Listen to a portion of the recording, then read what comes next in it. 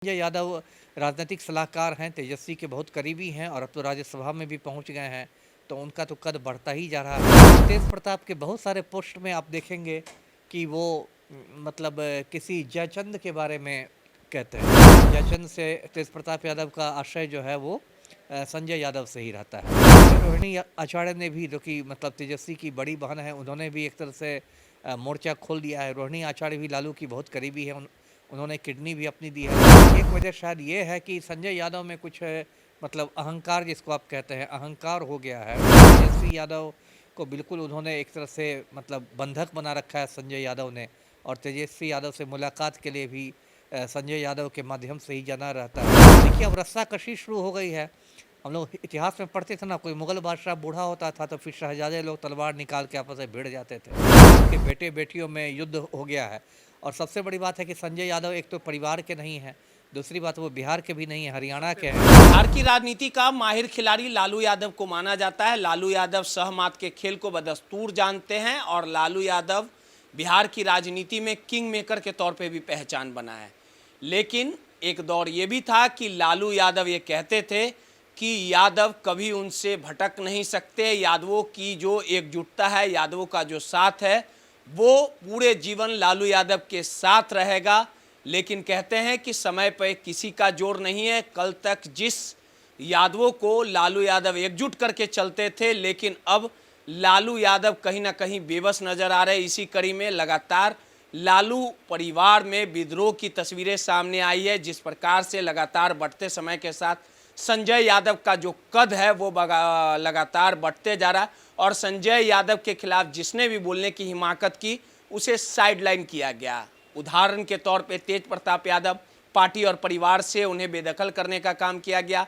मीसा भारती पूरी तरह से गायब है। और वहीं रोहिणी आचार्य ने जब फ्रंट सीट को लेके बिहार अधिकार यात्रा पे तेजस्वी यादव निकले थे और जिस रथ में फ्रंट सीट पे तेजस्वी यादव बैठते थे, उस सीट पर जो संजय यादव का फोटो वायरल हुआ, जिसके बाद रोहिणी आचार्य ने विरोध जताया। अब इस पूरे प्रकरण में कहीं ना कहीं रोहिणी आचार्य भी टारगेट पे आई और आखिरकार उन्होंने जो पोस्ट लिखने का काम किया कि मैं बेटी और भाई का कर्तव्य निभा रही थी, मेरे लिए कोई पद कहीं ना कहीं मायने नहीं रखता। अब आप समझिए कि संजय यादव के खिलाफ जो भी बोलने की हिमाकत करेगा वो लालू परिवार, वो पार्टी हो या परिवार हो, उससे साइडलाइन कर दिया जाएगा। कुछ इसी तरह की वस्तु स्थिति लालू परिवार में देखने को मिल रही है और तेजस्वी के मजबूत सिपाही के तौर पे संजय यादव दिख रहे हैं। कहने वाले लोग ये भी कह रहे हैं कि आने वाले दिनों में संजय यादव ये चाहते हैं कि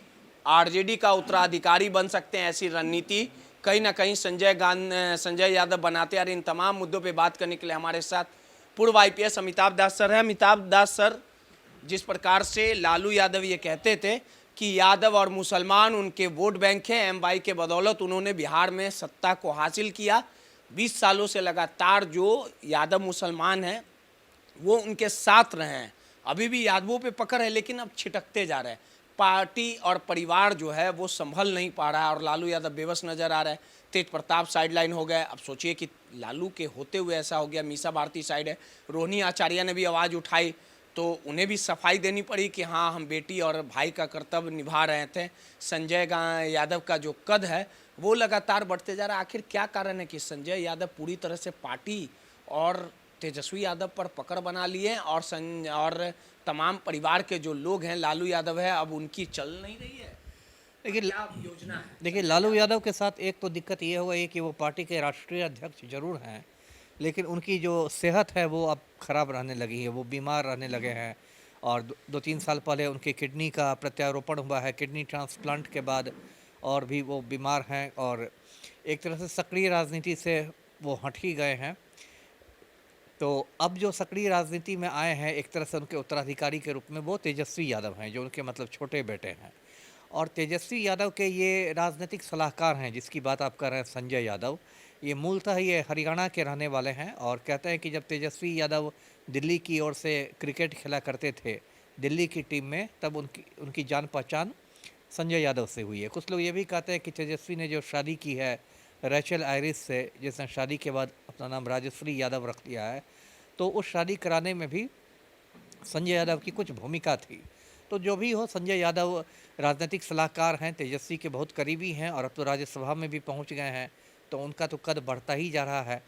और इसको लेके मतलब बाकी लोगों में कुछ असंतोष देखने को मिलता है। जैसे कि आप देखेंगे तेज प्रताप यादव जो लालू के बड़े बेटे हैं, अभी 6 साल के लिए पार्टी से निकाले भी गए हैं। तो तेज प्रताप के बहुत सारे पोस्ट में आप देखेंगे कि वो मतलब किसी जयचंद के बारे में कहते हैं कि जयचंद ने ये कर दिया, जयचंद ने वो कर दिया। और अक्सर ये बात पूछी जाती है, मुझसे भी पूछी जाती है, बाकी लोगों से भी, कि जयचंद से उनका आशय क्या होता है। तो मैं तो हमेशा ये कहता हूँ कि मेरी जो समझ है, जयचंद से तेज प्रताप यादव का आशय जो है वो संजय यादव से ही रहता है। और अब तो एक तरह से रोहिणी आचार्य ने भी, जो कि मतलब तेजस्वी की बड़ी बहन है, उन्होंने भी एक तरह से मोर्चा खोल दिया है। रोहिणी आचार्य भी लालू की बहुत करीबी है, उन्होंने किडनी भी अपनी दी है लालू को। तो जो मेरी समझ में आता है उसकी एक वजह शायद ये है कि संजय यादव में कुछ मतलब अहंकार, जिसको आप कहते हैं, अहंकार हो गया है।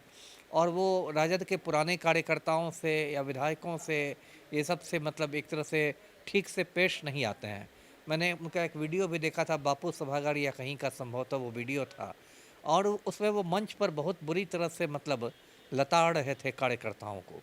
तो देखिए, पार्टी ऐसे नहीं चलती। यदि आपको कार्यकर्ताओं को भी सम्मान देना पड़ेगा। आप हमेशा यदि आप इसमें रहें, गर्मी में रहें और पावर के नशा में रहें, तो इसको लेके अब सुगबुगाहट हो रही है। कुछ लोग ये भी बताते हैं कि तेजस्वी यादव को बिल्कुल उन्होंने एक तरह से मतलब बंधक बना रखा है संजय यादव ने, और तेजस्वी यादव से मुलाकात के लिए भी संजय यादव के माध्यम से ही जाना रहता है। तो ये देखिए कोई शुभ संकेत नहीं है। कि देखिए, बहुत सारी बातें लोग कानाफूसी में कहते हैं। दरकिनार जा रही है, ये सब वही लालू यादव को नहीं दिख रहा, राबड़ी देवी को नहीं दिख रहा, राजश्री को नहीं दिख रहा है सर। नहीं, दिख तो रहा ही है। वही मैंने कहा कि लालू जी की तो अभी स्थिति कमज़ोर हो गई, लालू यादव की, क्योंकि बीमार रहने लगे हैं। तो उनका तो एक स्वास्थ्य का फैक्टर हो गया है। राबड़ी देवी की बात मुझे लगता है उनके बच्चे सुनते ही नहीं हैं, उनको गंभीरता से लेते ही नहीं हैं। तो देखिए, अब रस्साकशी शुरू हो गई है। हम लोग इतिहास में पढ़ते थे ना, कोई मुग़ल बादशाह बूढ़ा होता था तो फिर शहजादे लोग तलवार निकाल के आपस में भिड़ जाते थे। अब लालू की वही स्थिति हो गई है। लालू यादव अब बीमार और कमज़ोर हो गए हैं, तो उनके बेटे बेटियों में युद्ध हो गया है। और सबसे बड़ी बात है कि संजय यादव एक तो परिवार के नहीं हैं, दूसरी बात वो बिहार के भी नहीं हैं, हरियाणा के हैं। हाँ, वही मैं कह रहा हूँ। तो इसलिए लोगों की नज़र में और खटक रहे हैं। पता है, लोगों को लग रहा है कि मेरे अंगने में तुम्हारा क्या काम है।